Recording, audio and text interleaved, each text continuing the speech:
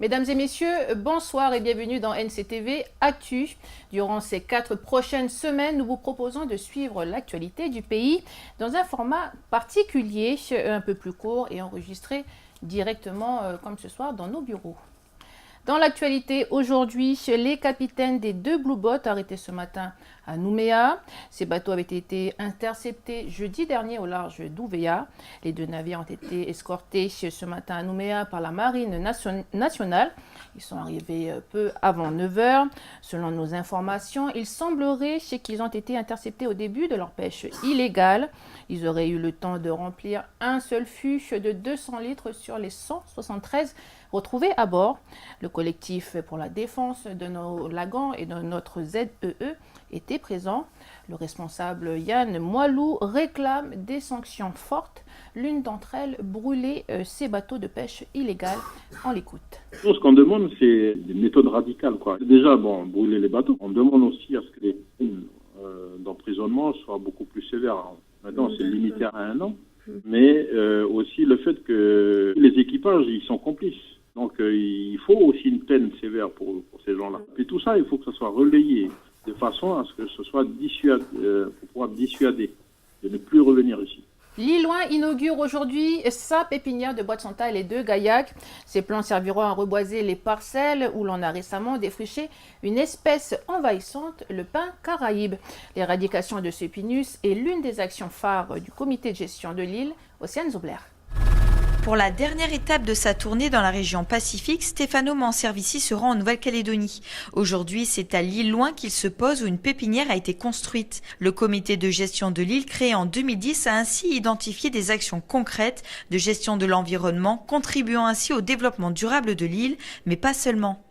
L'idée de la pépinière devient aussi un patrimoine de chaque habitant, en quelque sorte, qui se fait sa pépinière et puis prend soin de sa partie de la forêt. Ça devient un peu plus communautaire. Pour eux, l'important est d'éradiquer le pinus. Cette espèce envahissante est dangereuse, mais aussi valoriser et impliquer la population de l'île dans ce projet. Les plants qui viendront remplacer le pinus, qui va être abattu dans les 5 prochaines années, avec des jeunes qui seront formés à la tribu pour faire ce travail-là, et l'appui de l'armée, du RIMAP, qui va faire régulièrement, 2 fois par an, des grosses opérations d'abattage, parce que ça demande beaucoup de travail pour une toute petite communauté comme celle-ci. Depuis 2008, Pascal Ouadéclat voit le projet prendre forme. Cette semaine, j'ai vu beaucoup de jeunes participer à la préparation de ce jour pour l'inauguration de la pépinière, emmener les petits arbres qu'ils ont préparés chez eux. Marguerite Combeau, engagée par la province sud comme pépiniériste, est fière de pouvoir contribuer à ce projet. Sortir les plantes, rentrer les plantes, ça fait partie aussi du travail. S'il y a des mamans qui le veulent, je fais des petits... je leur montre comment il faut faire, puis après ils font chez eux. Et puis l'objectif aussi, c'est de récupérer après ces plants-là et de les élever en serre pour rentabiliser la pépinière. Les premiers plants seront plantés en terre l'année prochaine. L'objectif, atteindre 10 000 plantations par an. Un projet financé par l'Union européenne, mais quelques questions se posent. Est-ce que le résultat du référendum influencera leur démarche? Quel est l'intérêt d'investir dans la région? Écoutez les réponses de Stefano Manservici, directeur général de la coopération internationale et du développement de la Commission européenne. N'importe quel choix le peuple de la Nouvelle-Calédonie va faire, ça fait partie de la communauté du Pacifique. Donc que ce soit un statut ou un autre, nous sommes ici, comme Europe, nous sommes dans le Pacifique. Et donc on va de toute façon être partenaires. Et d'ailleurs, c'est lointain, mais... moi, je continue de dire que l'Europe est ici.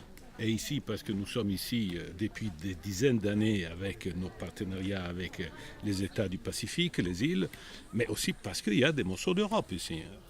Stefano Manservici s'est également rendu à Fidji, au Vanuatu, en Australie et en Nouvelle-Zélande, car le changement climatique est au cœur des accords de coopération entre l'Union européenne et le Pacifique Sud. L'accord actuel de coopération avec l'Europe court jusqu'en 2020.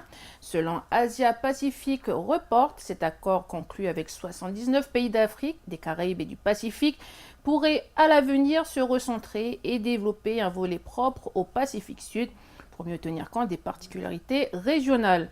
Une meilleure prise en compte motivée par le fait que ces pays se montrent très actifs pour témoigner au monde de la problématique du réchauffement climatique. Stefano Manservisi cite ainsi l'exemple de Fidji qui a récemment coprésidé la COP23. Et selon Radio New Zealand, l'enveloppe actuelle d'un montant de près de 60 milliards de nos francs devrait être augmentée pour soutenir l'investissement dans les énergies propres, la gouvernance de l'océan et dans la lutte contre le réchauffement climatique. C'est parti pour la deuxième édition du Forum Jeunesse Développement Durable. 132 collégiens et lycéens vont cogiter autour de ce sujet pendant une semaine à Puébouraï. Objectif de ce forum organisé par la province Sud, favoriser les échanges entre ces jeunes et les pousser à réaliser des projets éco-citoyens. Écoutez les précisions de Cristal, une élève du collège de Dimbéa-sur-Mer, suivie de l'ambassadeur de cet événement. En fait, c'est comme on est le collège de Dimbéa-sur-Mer, en fait, je pensais faire soit un ramassage autour de la mangrove, c'est-à-dire comme on avait fait ça déjà une fois, on avait trouvé plein de déchets, surtout sur l'alcool et le numérique, dans des tablettes, lecteurs DVD et un sapin de Noël. Et je pensais soit où on faisait une journée où les Calédoniens volontaires nous aident à ramasser un peu les déchets partout qui traînent à un endroit spécifique et après c'est un geste envers la nature. Typiquement sur un projet comme ça, cette jeune fille, on va lui dire écoute, on est avec toi, on peut monter l'opération en tant que partenaire et avec d'autres partenaires associatifs qui souhaitent se joindre à nous. Et puis c'est parti, comme ça on le fait à deux et c'est l'occasion justement de montrer comment nous on travaille pour que après les jeunes puissent aussi le faire par eux-mêmes. Contrôle routier et contrôle liés aux infractions de la chasse à Poya et à Vaud. C'est une première pour la province Nord et c'était hier lors de l'ouverture de la chasse aux Roussettes et au Notou. 2 opérations qui ont mobilisé une dizaine de gendarmes, 7 gardes-nature de la province Nord mais aussi de la province Sud. Bilan, les gardes-nature ont relevé quelques défauts de permis de chasse mais aucune infraction sur le quota. Justement, ce soir, Cédric Thiéa nous emmène dans la tribu de Werap à Yengen. Vous verrez, la roussette, on la mange, mais pas seulement. En Nouvelle-Calédonie, la roussette, c'est particulier. Le nom de la roussette est parfois utilisé dans les noms d'individus dans les clans.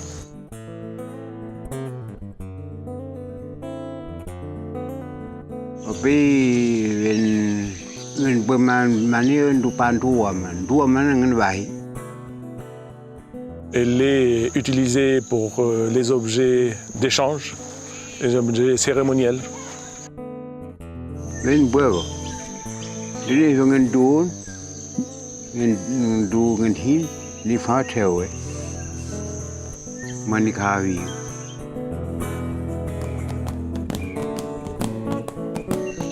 Pour marier une femme mayo, pintu amane monika nak, fangono vai.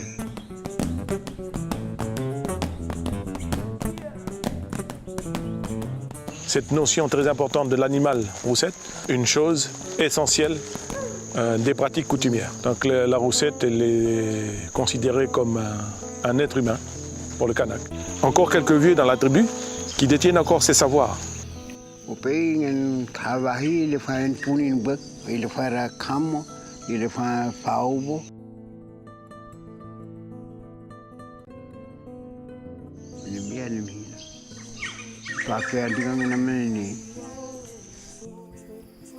Voilà, c'est la fin de cette édition. Merci de nous avoir suivis. Excellente soirée à vous et à demain.